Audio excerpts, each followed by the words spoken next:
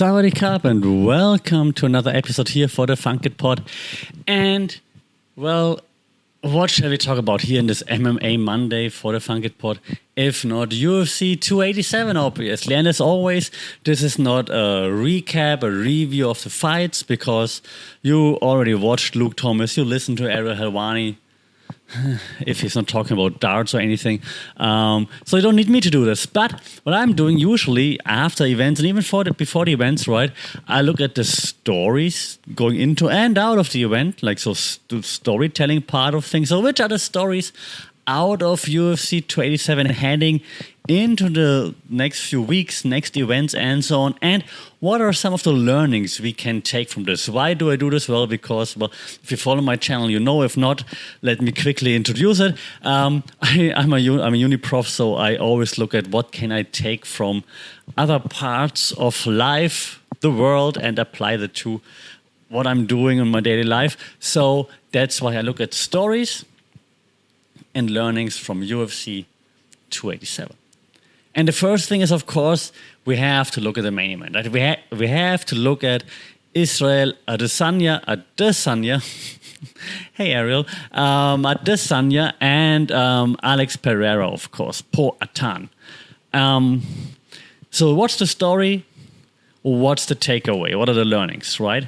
And to be honest, I've also been like maybe one of those who distanced themselves a bit from the Izzy hype over the last few months, maybe a year or so. I also said, the fights aren't as exciting anymore, maybe as they used to be.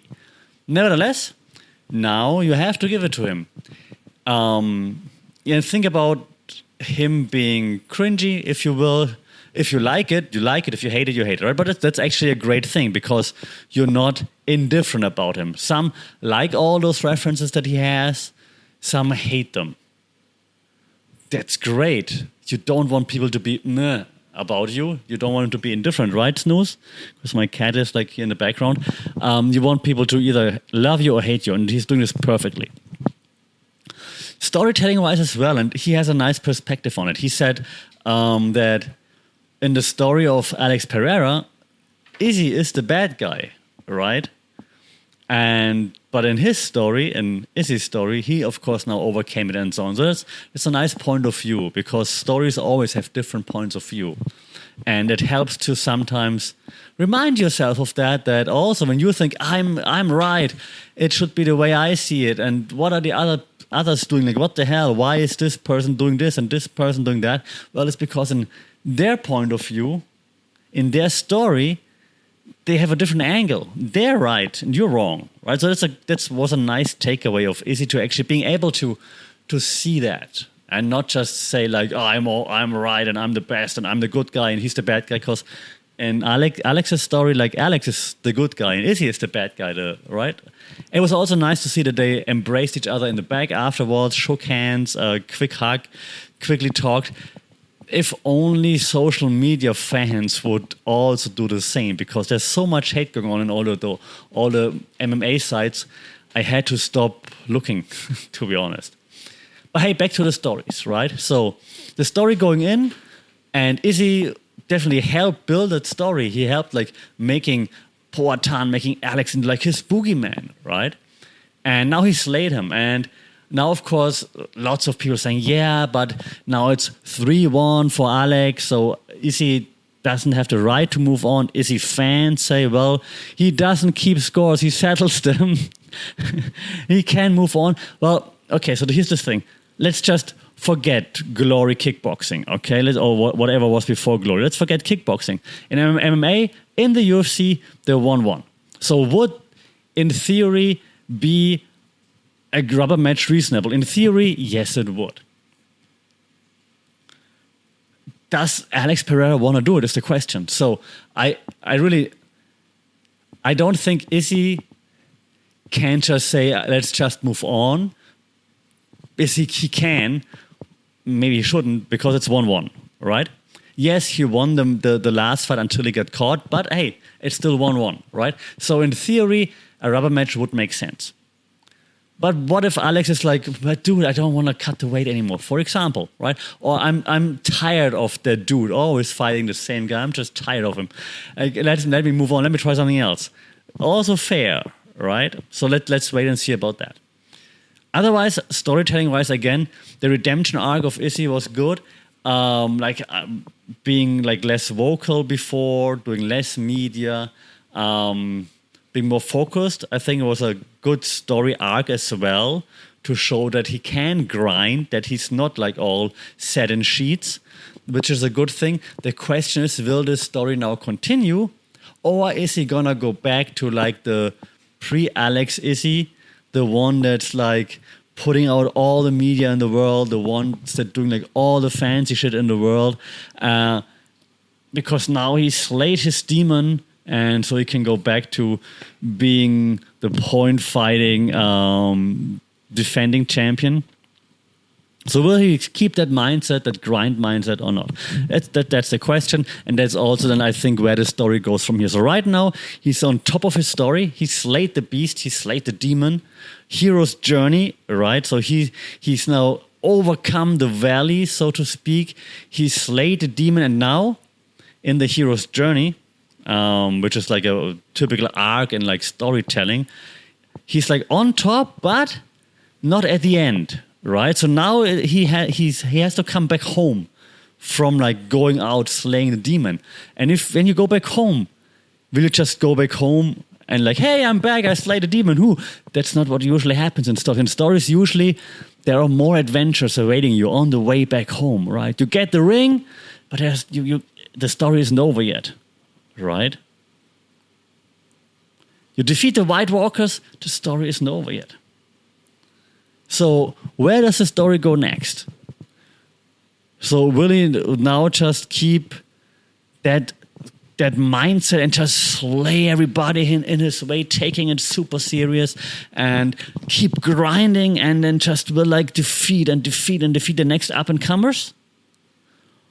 Or, and that's like one way, or will he go the other way? Will he go back to a point fighting Izzy and bling bling showing off Izzy? That's another way.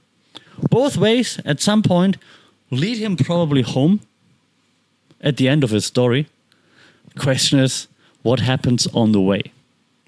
Right? He already mentioned Dricus du Plessis. He didn't mention Dricus du Plessis, but he talked about this one guy whose carcass he wants to drag across South Africa because Dricus said he's the only African fighter in the UFC. Good storytelling by Dricus du Plessis as well, by the way, getting under the skin of Izzy already, even though he's clearly far away from Izzy's level. But yeah, so Dricus du Plessis also good at telling stories, but more on that, should they ever clash, of course. Alex's story could now also be okay. Now I lost the first time to this guy. Am I looking for redemption? Do I keep suffering this horrendous weight cut just to fight this dude one more time? Or was it now so bad and I suffered so much and I just hate it so much that I'm gonna go up a weight class, walk a different path in my story, and just slay everybody in 205 in that way there?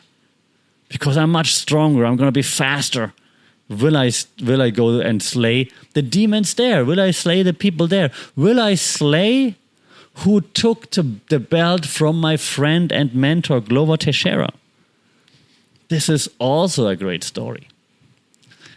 Right? So now he's out there to revenge his friend and mentor Glover. That would be also a cool story. So there are so many story arcs that are possible right now for both of those men that I think it's really interesting to see where this is going from here on out. The learnings here were also manifold, in my opinion. Is his post-fight speech fantastic? So great learning there. Yes. Put your mind to stuff. Don't let people tell you can't. If it's scary and it seems like, your back's against the wall, what if it doesn't work out? It's worth to put your chips on the table and go for it because the rewards are just so high. And yeah, possibilities are that you fail, but at least you tried. And What if Izzy would have never taken the rematch? As many people said, like, no, don't take it right away.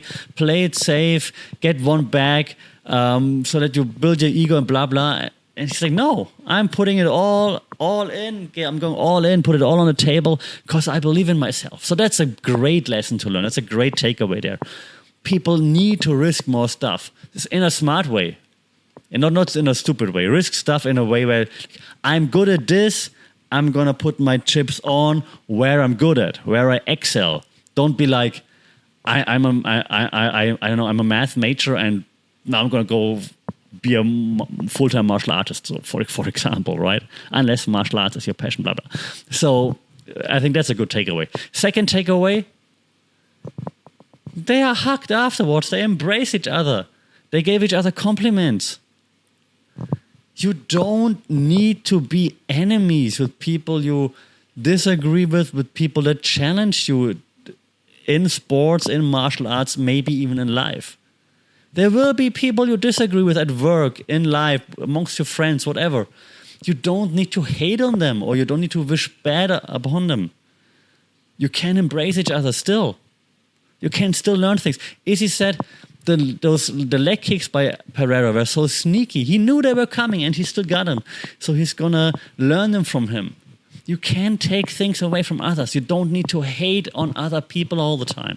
It's a great learning from that fight as well, or from that whole situation, that whole rivalry. So I think overall, this main event at UFC 287 delivered, obviously. The knockout will stand the test of time as one of the greatest knockouts ever, probably.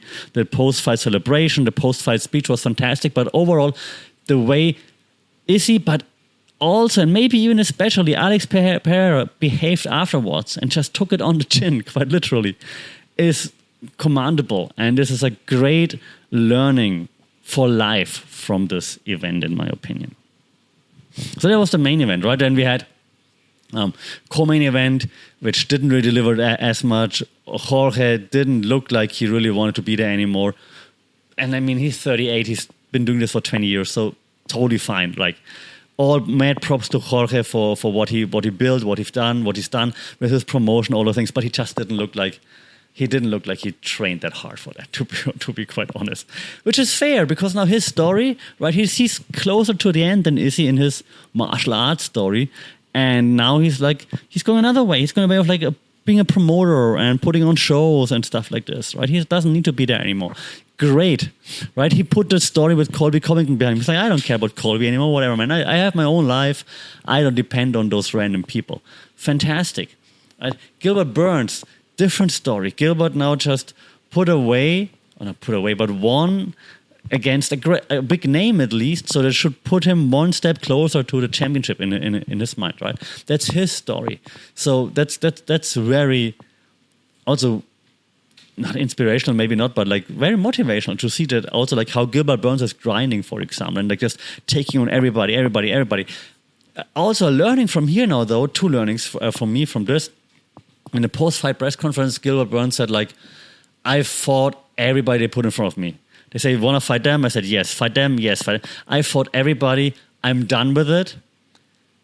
I'm going to be the backup fighter for the next championship fight, or I'm out. Because the next championship fight goes through me. So he's calling his shots now, which is good. Which should not be misunderstood as being too cocky or anything, because he put in the work. He's been fighting everybody at any time for such a long time, and he's been winning, that he, and I don't use this word lightly, deserves to call his shots now. Bo Nickel, on the other hand, for example, and no offense towards Bo Nickel, who said, yeah, I'm coming for Izzy, he didn't deserve it yet. His last performance, yeah, he won, but not great. So put in the work first, then call your shot. Gilbert Burns, put in the work. He can call a shot now. So that's also great learning. Like, if you put in the work, you can call shots. If you don't put in the work, you can't call shots unless you call Colby Covington and you have something on Dana White. It was a joke. Maybe. All right. Last learning in this division, Belal Muhammad was on the mic. And of course, he's sour about it. Understandably. even though he got pieced up by Leon until the eye poke happened. But hey, Belal is sour. But being all passive-aggressive towards your boss now, I'm not sure if that's the best course of action, unfortunately. And I'm not a Dana White fan, obviously. But I'm not sure if that does Belal any favors right now, being like all passive-aggressive. While, and I apologize, and I know he would kick my ass, but while putting on boring fights most of the time. So it's not like he has the fan base is clamoring for Belal to be like the marquee fighter, unfortunately. So it's also learning there. Find the way you voice your displeasure. Okay, I think there could be better. For example, he had this shirt right about with the beat up face by Colby Covington. Not as if Belal would have beat up Colby's face like that. I know like why he's gloating so much about it, because it was Kamaru Usman, not Belal and Muhammad. But trying to trigger Colby is probably the better idea than going after Dana White. So trying to trigger Colby, I think, is probably the good idea. I don't think it works. I think Colby Covington is unfortunately too smart for that. But maybe that angle would work better than going after the boss man. All right. A few other quick learnings. I don't want to do this for every fight, obviously, but a few other quick learnings are that sometimes the youth, if you're young, you think like the world belongs to you and you just need to grab it. And it was just nice to see that sometimes age or experience still do matter, right? We've seen it twice. Like it's not like Adrian Yanez is like super young, but he's young to the championship level picture, right? It was a huge step up for him to fight Rob Font, and Rob Font just showed him like, hey, yeah, I lost a few now, but hey, I'm still Rob Font. I'm still number 6 in the world. There's levels to this, and let me show you my level. So, and I'm not huge, but I liked Yanez before. I still like him, but I think that was just a good takeaway here. I'm a bit worried that he was yelling at his coach in the corner, but maybe it was just disappointment. I'm not sure. But if he takes the right lessons from this again, then he will just improve, right? So then this can be a good thing. This bad thing that just happened, that he got knocked out, can be a good thing if he makes the right adjustments, has the right learnings in here. The same, and yes, me as an old guy is happy that the old guy, Christian Rodriguez, C-Rod, the old guy with 25 years of age, showed the young kid with 18 years of age like that there's levels to this. I was very impressed, like the way the fight went, that C-Rod was so composed, and that he just showed you can't just steamroll as an 18-year-old thinking you know everything, you're better at everything than anybody else. That's just impossible. That's just how life is. If you're 18, and even if you feel like you're like on top of the world and you're like the strongest, the fastest, the smartest, you're not. And knowing that you're not is very important, because this will make you work harder. And I think that's a lesson that Raul Rosas Jr. now learned. He's like, okay, I got all the potential in the world. I just need to find better ways to harness it. Maybe also better corner, just saying, but yeah, to harness it. Like take this as a learning. See, oh, this didn't work. I can't just roll over everybody. I need to maybe watch more tape, maybe be more well-rounded, maybe know their strength and how to exploit them. And then I will go on and beat more people. Yeah, same thing in real life. You can't just come from university and be like, hey, I'm just a fresh grad and I should do this, should get like $1 million baht, whatever. It's not how it works. And that's also a great learning there, I think. Okay, but last learning from all of this, it's still great that everyone on the card, everyone at the UFC takes chances. And I think that's just very something inspirational. That's why I like martial arts so much. It just shows you that if you take chances, you can get rewarded. You will get rewarded eventually. So that's a big learning and a big takeaway for this. The stories from UFC 287 and the learnings and takeaways from UFC 287.